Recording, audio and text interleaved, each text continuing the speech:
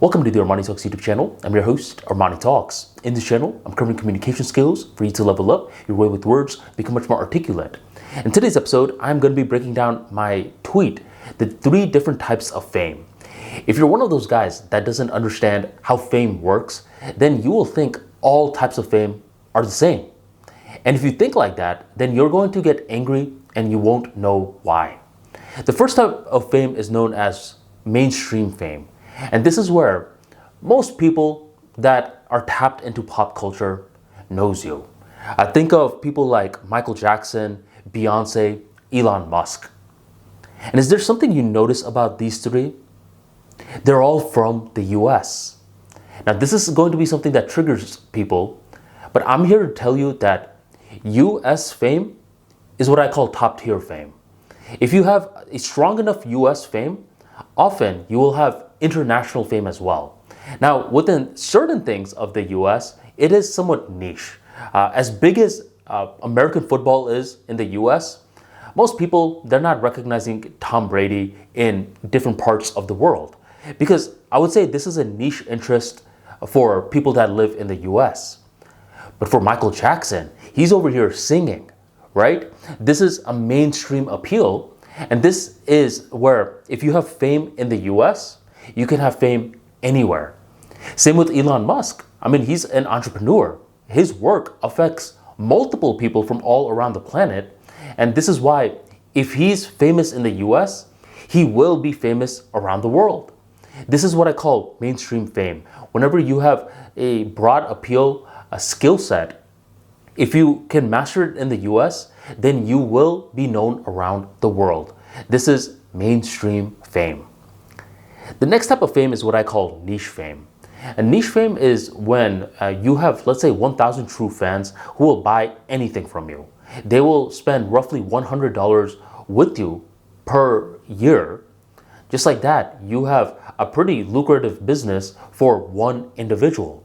There are plenty of what I call micro-influencers where they're only known within their small community. Other than that, they're not necessarily known, and you will often see YouTubers be micro-influencers. Now, the cool thing with micro-influencers are their span, it can honestly range. I remember one time I was talking to one of my cousins, and he's like, "Have you ever heard of Markiplier?" I thought, I've never heard of that name in my life. And apparently, he has over 10 million subscribers on YouTube. Now, a lot of people who watch YouTube have probably never heard of this guy because he has this niche fan base which has just scaled organically over time. So Markiplier, for example, he may be more famous than a lot of mainstream guys when you break down the numbers, but he's not necessarily mainstream fame. Not everyone knows him. It's these niches of people, pockets of people from around the internet that knows them. So you don't always want to think niche fame equals something small. You could be gargantuan, you could be big, but niche fame is more so about particular interests. This is a specific interest that people have. There are video gamers that have a lot of subscribers on YouTube, but they definitely don't have mainstream fame because they are only or mainly known by a niche group of people that like video games. Now, the other type of fame is what I call regional/international fame. And at the time of recording this video, something has been happening. Shah Rukh Khan, apparently, he got disrespected in the Met Gala. A lot of people are saying, man, those 2 interviewers, Ego and Tiana Taylor, they only gave Shah Rukh Khan a 2-minute interview. I mean, don't they know who they're speaking to? They're speaking to King Khan. I mean, Shah Rukh Khan is a huge actor worldwide, but he's not that big in the US. I guarantee you, if I'm going down the street and I'm asking multiple people, do you know who Shah Rukh Khan is? They're going to say no. And this brings me to my first point, where I said US fame is the strongest fame out there. If you have US fame, international fame is often a byproduct, but the reverse is not always true. If you have international fame, US fame is not always a byproduct. So a lot of people in the US don't know who Shah Rukh Khan is. That's why I always say those 2 interviewers, they did not disrespect Shah Rukh Khan. The fact that they even knew him enough to pronounce his name, that's saying a lot. So So you don't want to be one of those people that's confusing international fame as, hey, it's automatically going to make you famous in the US.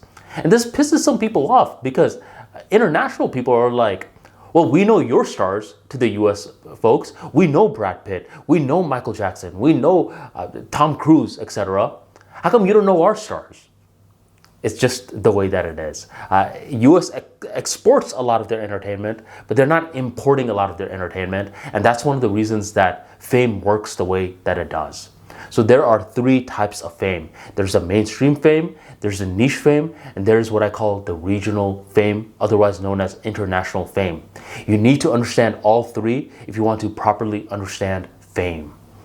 If you enjoyed today's talk and you want to get more insights like this into media literacy, be sure to check out the ArmaniTalks free daily newsletter. Every single day at 7 p.m. EST, I drop a brand new newsletter that will help you level up your media literacy. Join the tribe by going on ArmaniTalks.com/newsletter and sign up today. Thank you very much for joining me, and I'll catch you next time.